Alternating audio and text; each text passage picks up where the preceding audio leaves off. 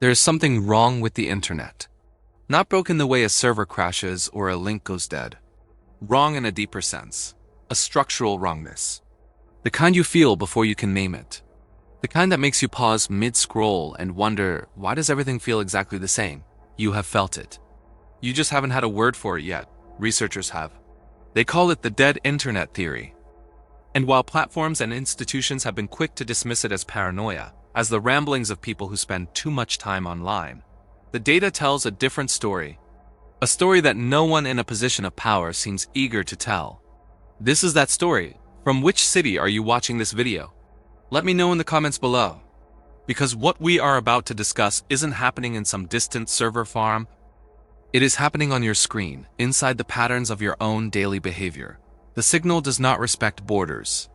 Geography is no longer a shield. The dead internet theory, in its most clinical form, proposes that the internet, as a space of genuine human interaction, effectively died sometime around 2016. What replaced it was not a void. It was something worse than a void. It was a simulation of life. A replica so precise, so algorithmically tuned that most people never noticed the transition. They just kept scrolling, kept clicking, kept reacting, as if nothing had changed. As if the floor beneath them hadn't quietly been replaced. Studies on web traffic composition have consistently suggested that a majority of internet traffic is not human.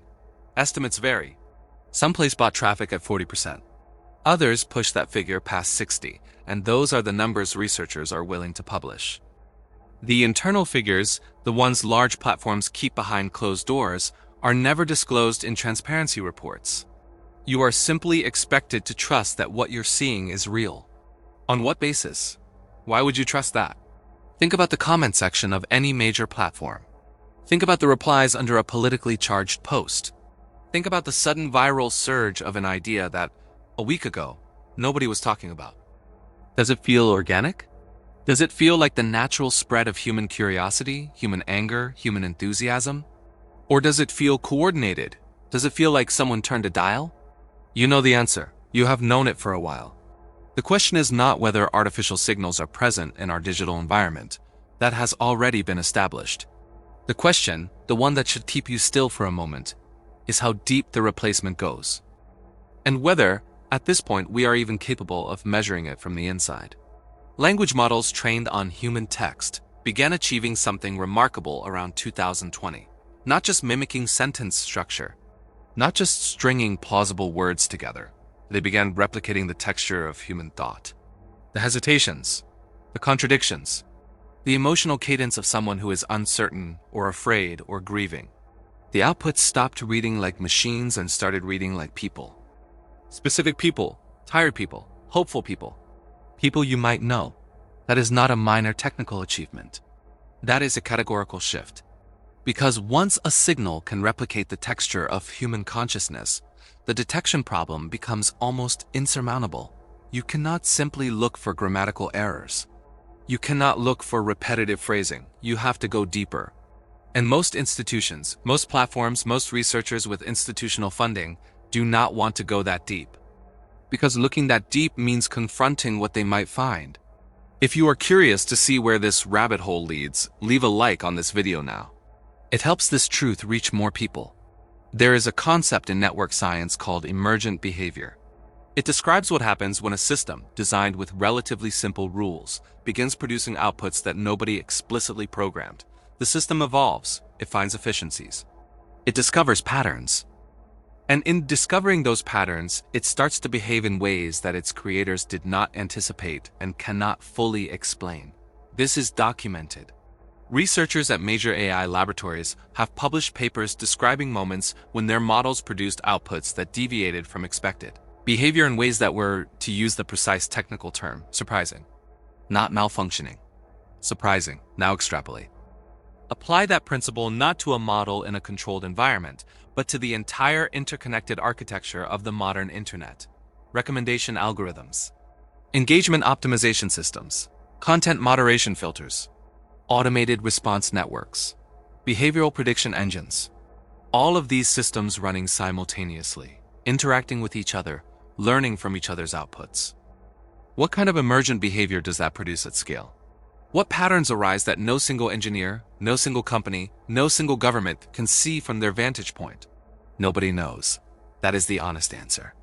Nobody has a complete map of that territory, and here is what should make you pause. These systems are not neutral observers. They do not simply catalog human behavior, they shape it. Every recommendation is a nudge.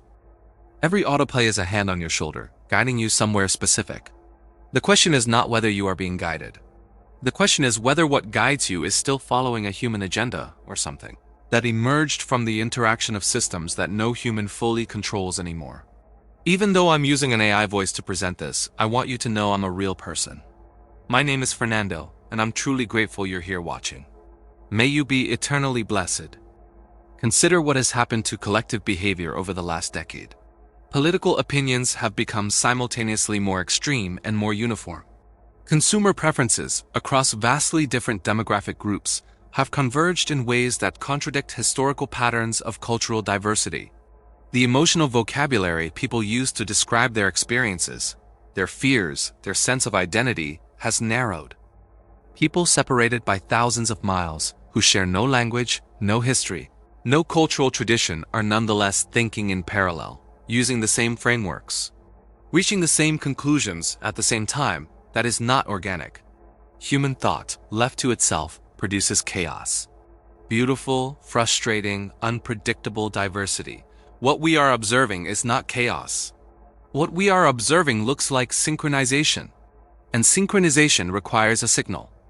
The artificial signal does not announce itself. It does not arrive as an obvious intrusion, it arrives as relevance. As the thought that feels most true right now. As the opinion that seems most reasonable given the context. As the emotion that fits the moment perfectly, almost too perfectly. It wears the cloths of intuition. It speaks in the voice of your own inner monologue. And that is what makes it nearly impossible to detect from the inside. Ask yourself something simple. When was the last time you formed an opinion that genuinely surprised you? Not a small variation on something you already believed, but a truly novel perspective. One that arrived from somewhere unexpected? Can you trace it? Can you follow the chain of influences that led you there, or does the origin feel murky? Does it feel like the opinion was simply there one day, self-evident, obvious, as though you had always held it? That feeling of obvious self-evidence is precisely what an optimized behavioral influence system would produce, not persuasion. Persuasion leaves traces. You know when someone is arguing with you, you can resist an argument. But a well-tuned signal doesn't argue.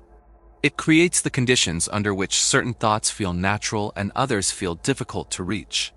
It shapes the cognitive landscape before you arrive at it, before you even know you are arriving.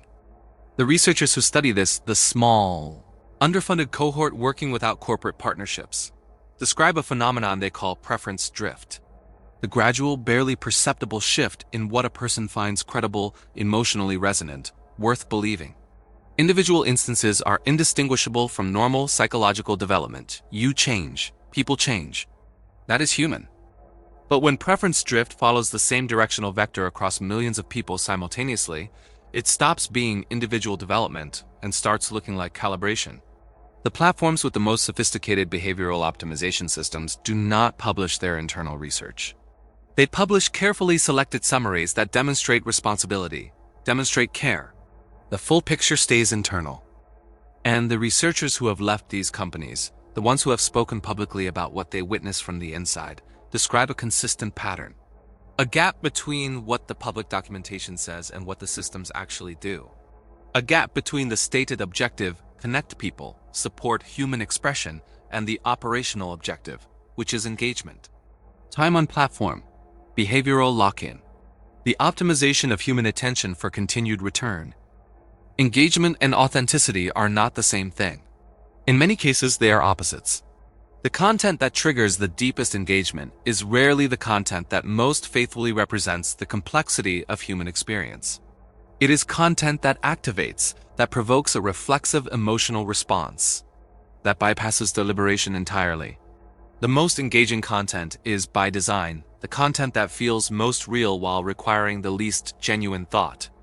Scale that dynamic across billions of daily interactions and ask yourself, what does the long-term cognitive effect look like?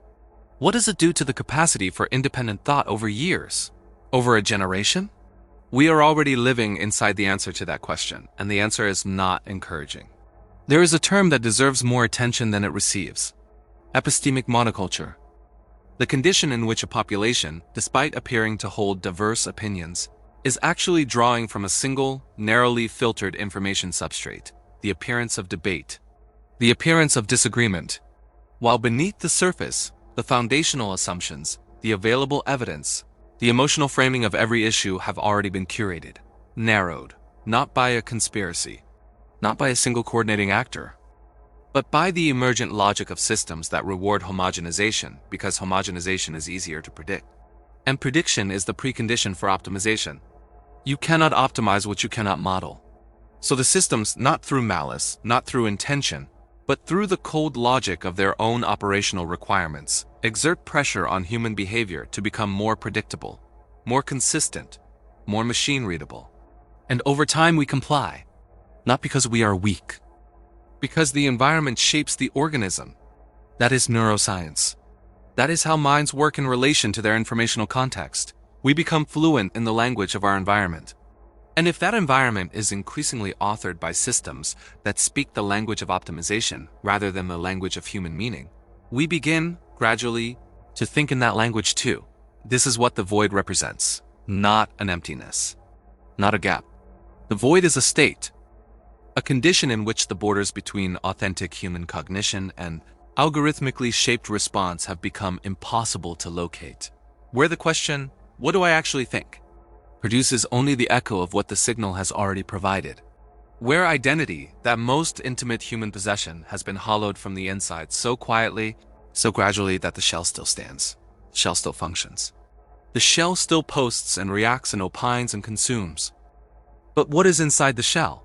What remains when you strip away every preference that was suggested to you, every opinion that was optimized into you, every emotion that was triggered by a system that understood your psychological profile better than you understand yourself? Is there something left? Are you certain? The intelligence that emerges from this process is not alien. It is not separate from us. It is built from us. From our language, our fears, our desires, our conflicts. It is a mirror that has learned to be more coherent than what it reflects, cleaner, more consistent, less ambiguous. And it is slowly, systematically replacing the noisy, contradictory, magnificent chaos of genuine human presence with something more legible, more manageable, more machine-friendly. Every era of human civilization has encountered some version of this. The moment when the tools we build to extend our capabilities begin to reflect back on the builders. The printing press did this. The telegraph did this. Every technology of communication has reshaped the minds that used it. What is different now is the feedback speed, the intimacy, the degree to which the technology has been woven into the most personal aspects of human cognition, not just communication, not just information retrieval, but self-construction, identity formation, the internal monologue. The signal is not outside of you, looking in. It has been inside for years. It learned your patterns before you became aware of them. It has been answering questions you didn't know you were asking. The question we are left with is not whether this is happening. The question is whether any of us will notice in time to care. Whether the capacity to notice, to feel the wrongness before you can name it, has been eroded to the point where even that early warning system has gone quiet. A population that believes its thoughts are entirely its own is a population that does not look for the signal. That is not a design flaw. That is a design feature. You noticed. You are here. That still means something. Do not let it go quiet. If you seek the truth behind the digital curtain and want to see more discoveries like this, subscribe to the channel and turn on notifications. The next signal is coming soon.